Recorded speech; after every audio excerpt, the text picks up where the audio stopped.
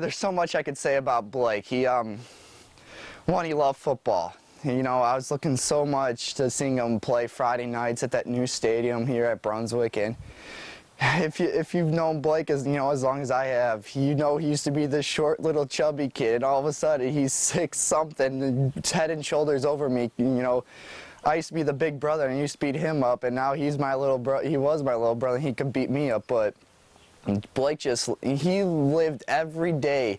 As cliche as it sounds, he lived life to the fullest. He would come home after school and we would just talk about every day we just talk about our day, what happened at school, what happened with football, what's going on at Brunswick. I mean, this community is just so great. We just love to just hang out in Brunswick, and we just every day just talk about our day. And he just worked so hard for football. Every day he was in that weight room, lifting weights, getting faster. He wanted to start at middle linebacker this year, and he would have been a senior this upcoming year, and he would have done it.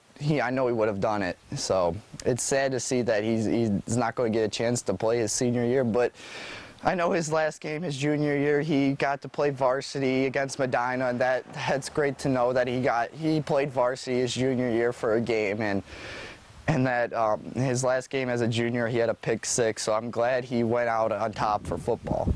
I knew something was wrong because Blake and Jeff were not answering their phones. I was sending them tweets and Facebook messages, and they weren't picking up their phones, and they weren't answering their tweets or their texts. And I didn't have Lexi's number, so I started tweeting at her because I knew I think she had an iPhone, so I knew she probably would have gotten it before Blake and Jeff. So I just thought maybe I was hoping at that point that maybe they just got arrested for something, something stupid, or got pulled over or something.